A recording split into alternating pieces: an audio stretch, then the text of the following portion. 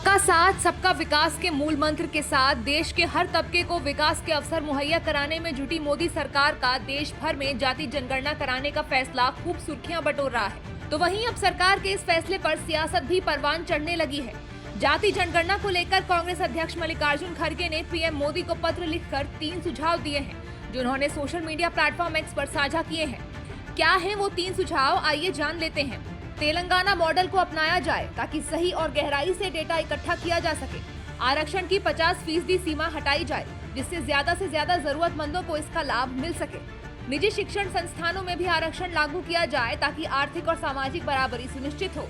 कांग्रेस अध्यक्ष जी ने 3 सुझाव दिए हैं। उन्होंने कहा, पहला सुझाव, महत्वपूर्ण सुझाव, जो प्रश्नावली आप तैयार करते हैं वो सही तरीके से आप तैयार कीजिए। दूसरा, उन्होंने यही दोहराया है कांग्रेस पार्टी की मांग जो है कि 50% आरक्षण की सीमा अनुसूचित जाति, अनुसूचित जनजाति और ओबीसी वर्गों के लिए। और तीसरा सुझाव ये दिया है कि 2006 में जो अनुच्छेद 15(5) शामिल किया गया था हमारे संविधान में, जिसके तहत अनुसूचित जाति, अनुसूचित जनजाति और ओबीसी वर्गों के लिए निजी शैक्षिक संस्थाओं में आरक्षण उपलब्ध होगा।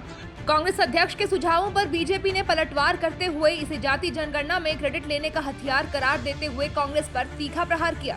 कास्ट जो सेंसस है उस पे क्रेडिट कंपटीशन करने से बेहतर होगा कि जो कुनबे की पार्टी है उसको जो है वो अपने कुनबे के कुंठित कैरेक्टर्स को कंट्रोल करना होगा। अब कास्ट सेंसस तो नरेंद्र मोदी जी की सरकार ने फैसला कर लिया है और उस दिशा में सरकार जो भी कदम होगा वो उठा रही है। उसमें आप जो है वो कंपटीशन, उसको जो है वो क्रेडिट के कंपटीशन में लगे रहिए, कुछ और करने के लगे रहिए, वो आपकी अपनी समस्या है। लेकिन वो आप अगर कहेंगे कि साहब जो कुछ भी हो रहा है देश में वो मेरे कहने से ही हो रहा है, तो चलिए इसी में खुश रहिए आप। श्रेय वो लेने के लिए चल रहे हैं, हम नहीं। कांग्रेस बताएगी कि मनमोहन सिंह की सरकार के कार्यकाल में निर्णय हुआ था, उस निर्णय की जो कार्रवाई हुई थी समिति की, समिति की कार्रवाई अभी तक गोपनीय क्यों है, क्यों नहीं जारी की सरकार ने। इसलिए कांग्रेस हो या समाजवादी पार्टी हो, इनके कहने से कोई फर्क पड़ने वाला नहीं है।